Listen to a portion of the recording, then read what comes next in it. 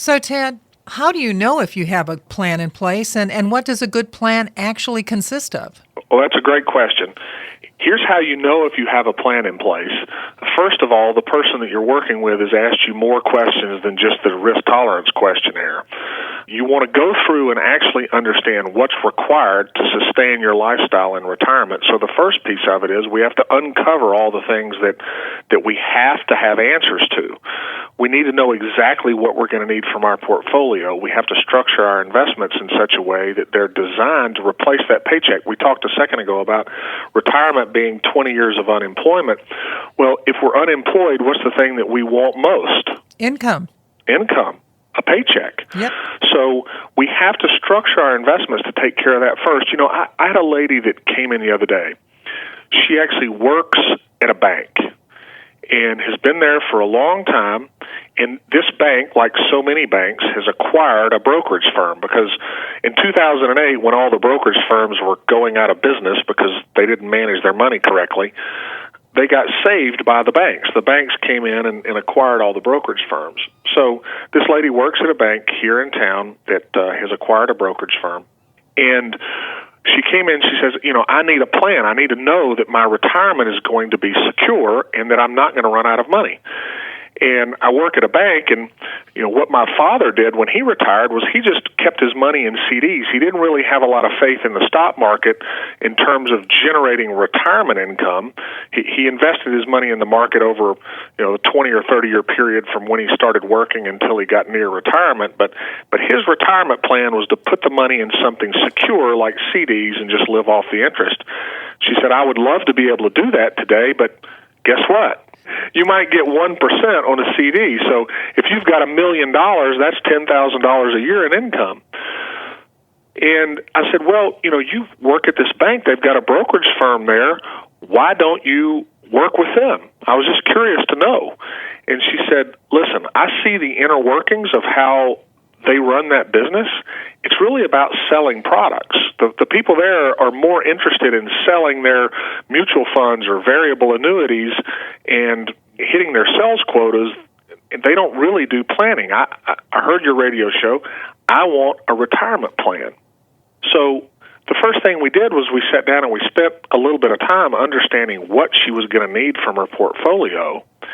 And then we structured the investments in a way that are first designed to generate the income in a way that's secure and predictable so that we know no matter what happens, she's going to have a paycheck coming in. Once we solve for the income, then we can look at other ways to take care of things like inflation. Investments are designed to do different things. Some that do a really good job of getting us predictable income aren't going to be the dollars that we want to solve for inflation with. But the things that we set aside to solve for inflation, if we're counting on them to go up every year to generate our income, then we're really putting ourselves at risk. So a plan consists of, first of all, spending the time to understand everything that's necessary for your specific circumstances, because your circumstances are going to be different than everybody else's. And the second thing is we have to structure our resources in a way where they are accomplishing the job that we need those dollars to do. If we're trying to cure an infection, we want an antibiotic. If we're trying to fix a headache, we want aspirin. And the same thing in the world of investments. They're designed to do different things, so we need to design them to do the things that we need them to do. And what happened with this lady was that once we sat down and went through our retirement roadmap review process, our planning process, she said to me at the end of the first meeting, she said, first of all, you've asked me questions that nobody's ever asked me before. I've got a better understanding of what is necessary for me to sustain my lifestyle in retirement. And I know that when we get back together, you've explained to me how we're going to structure things and go over them so that I'll have a clear understanding of how this is put together to accomplish the goal. So when we sat back down the second time, that's what we did.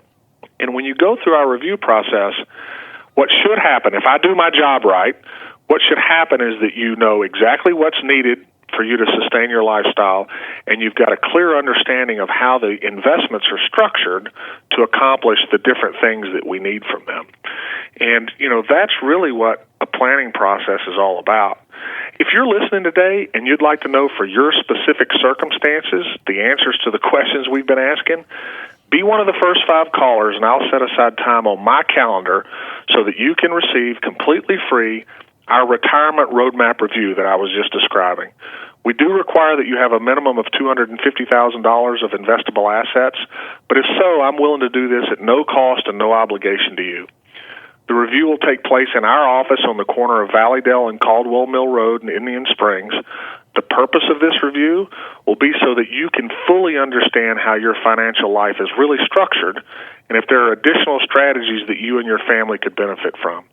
My process is designed to ask questions that no one has ever asked before, to uncover critical information that may have been missing in the past that needs to be part of your decision-making process, and to get the answers to these questions before we start talking about what strategies to implement.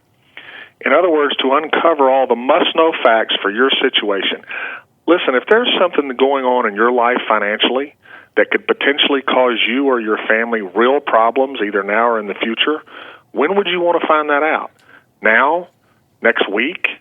5 years from now? Never? Examples of these types of problems that I see regularly, Donna, are more downside risk in your current portfolio than you're aware of, extreme exposure to the bond bubble. This is a big one right now with rates where they are.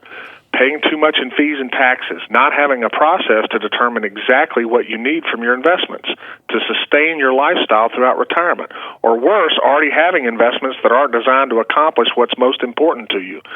The good news is that after going through our retirement roadmap review, you'll have a clear picture of whether any of these things are happening to you, and if so, what you can do to take control of your financial future, both for yourself and your family. We'll answer every single question that we've discussed today and suggest strategies that are designed to create peace of mind so that you can enjoy your retirement and know that you've done all the things necessary to protect not only yourself and your spouse during your lifetime, but maximize your legacy to your children and grandchildren. So, for the first 5 callers who call in today and have a minimum of $250,000 in investable assets, an opportunity to receive our retirement roadmap review absolutely free with no cost and no obligation. Folks, finally, someone is offering retirees and pre-retirees that common sense and straight talk instead of all the financial double talk and sales pitches out there today. Friends, you need to sit down and get a financial roadmap put together. And chartered retirement planning counselor Tad Hill, he'll translate for you that complex financial world into very clear instructions. We all feel this is an excellent chance for you to get that true, practical financial review. And again, for anyone listening right now, the number to call, 800-929-4077. Once again, that's 800-929-4077. You'll receive that comprehensive financial review showing where you are now, but most importantly, that roadmap to get you where you need to be. In short, folks, you have nothing to lose. Again, the number to call, 800-929-4077. Don't delay, folks. Call right now. You know, Tad, this is a great chance for our listeners to make sure that they are on the right track for retirement. Here's that phone number. It's 800-929-4077. It's 800-929-4077, and you can talk with Tad Hill and take advantage of that offer. Tad is the president of Freedom Financial Group in Birmingham, Alabama.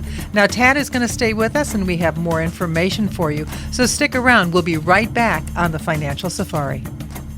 We pride ourselves on bringing 21st century solutions to our clients' retirement needs. From our detailed tax review to complete income planning and the latest in financial strategies, the team from the Financial Safari strive to improve and ensure that you have the best available plan for your retirement and financial future. In the Birmingham area, call Tad Hill, president of Freedom Financial Group, at 800-929-4077. That's 800-929-4077.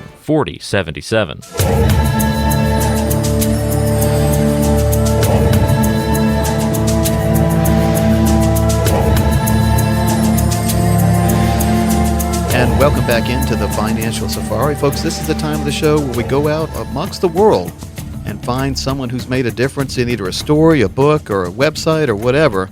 We're very fortunate today to have Mr. Bill Gertz. He's senior editor of the Washington Free Beacon.